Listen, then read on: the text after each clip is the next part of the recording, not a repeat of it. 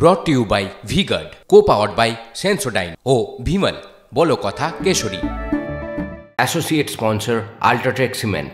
ঘরছাড়া দলীয় কর্মীদের মনোবল বাড়ানোর চেষ্টা এবার বিজেপির। আক্রান্ত দলীয় কর্মীদের সঙ্গে সাক্ষাৎ করলেন সুকান্ত মজুমদার। সন্দেশখালী, বসিরহাট উত্তর, জয়নগরে ঘরছাড়া কর্মীদের আশ্রয়।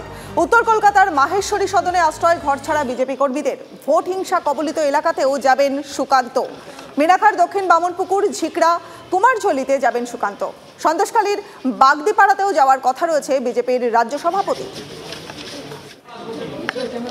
ভোটের ফল ঘোষণার পর থেকেই ২ পরগনার একাধিক এলাকায় আক্রান্ত বিজেপি কর্মী সমর্থকেরা, তাদের ঘর বাড়ি ভাঙচুর, এমনই পরিস্থিতি যে তারা ঘরে থাকতে পারছেন না। সেই সমস্ত ঘর ছাড়া বিজেপি কর্মী সমর্থকদের সঙ্গে দেখা করার জন্য উত্তর কলকাতায় মাহেশ্বরী ভবনে, সেখানে আক্রান্তদের সঙ্গে কথা বলছেন বসিরহাট উত্তর, সন্দেশখালী, মিনাখা সহ একাধিক এলাকার মানুষ। পরিস্থিতি এখন খুবই খারাপ।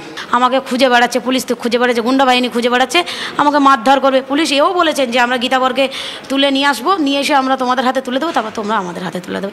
এখন ভাঙচুর করছে, মারধর করছে, বাড়ি বাড়ি হুমকি, ছোটো ছোটো বাচ্চাদের ছাড়ছে না। সন্দেশখালী এখন এই পরিস্থিতি। আমি চাই প্রধানমন্ত্রীর কাছে আমি হাত জোড় করে বলছি যে আমাদের একটু নিরাপত্তার ব্যবস্থা করুন। এলাকাতে যারা বিজেপি কর্মী আছে, যারা সক্রিয় বিজেপি কর্মী, বিজেপির প্রচার ফ্ল্যাগ ফেস্টন লাগানো ইত্যাদি যারা করেছে, তাদের উপরে ভীষণ পরিমাণে একটা অত্যাচার চলবে কিংবা চলছে। এবার আমি তো নিজের জীবন বাঁচানোর জন্য আজকে এই জায়গায় এসে দাঁড়িয়ে আছি। আমার পরিবারও অসুরক্ষিত আছে। পরিবার কি বলবো, এত অসহায় অবস্থায় আছে। আমার পরিবার যদি একটু কোনোভাবে যদি সহযোগিতা পায়, সেটাই আমি নেতৃত্ব কি বলছে? নেতৃত্ব বলছে আশা তো দিল, দেখা যাক কত দূর পর্যন্ত কি করে। আমাদের যারা কাউন্টিং করেছিল, আমাদের যেসব ছেলেগুলো ছিল, তাদের ঘাড়ের উপরে পা তুলে দেওয়া হচ্ছে। কখন বলছে যে তোরা হেরে গেছিস, আমরা জিতে গেছি। কাউন্টিং বিজেপি কর্মী সমর্থকরা বাড়িতে থাকতে পারছেন? এখন বাড়িতে থাকতে পারছে না, এটা সঠিক, কিন্তু আমরা চাইছি বাড়িতে আমরা অবশ্যই থাকব। সেটা মাথা উঁচু করে থাকবো, মাথা উঁচু করে বাঁচতে চাই। আমরা টিএমসির সঙ্গে কোনো রকম আপোষ করতে চাই না। রাজ্য নেতৃত্বকে কি বললেন? আমাদের রাজ্য নেতৃত্ব আমাদের সঙ্গে স্পেশালভাবে কথা বলেছেন। উনি আশ্বাস দিয়েছেন আমরা তোমাদের পাশে আছি, পাশে থাকবো। যত রকম কেস কাচারি যা আছে সবটা উনি বললেন, আমি নিজে দায়িত্ব নিয়ে কেসটা তোলার চেষ্টা করব। পুলিশ প্রশাসন একটাই কথা বলেছে যে আমরা সঠিক কাজটা করব। জানি না কতটা কাজ করছে, কিন্তু আগে কোনো দিন আমার পুলিশের উপর আস্থা ছিল না, আজও নেই। আমি একা আমার ছেলেকে নিয়ে আমার মায়ের ঘরেতেই আছি, তা সত্ত্বেও আমার পিছা জানিনি এই কাউন্সিলর। দলের নেতৃত্ব 35 নম্বর ওয়ার্ড আশুতোষ দাস কাউন্সিলর। দলীয় নেতৃত্বের আশ্বাস তো দিয়েছে, ওনাদের সহযোগিতায় তো আছি। এত কেন অপরাধ? কি পরিস্থিতি আপনাদের ওখানে?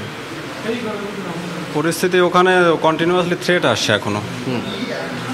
এখনো কন্টিনিউয়াসলি থ্রেট আসছে, বোম ব্লাস্ট করছে, সেগুলো কন্টিনিউয়াসলি হচ্ছে, এখনও চলছে।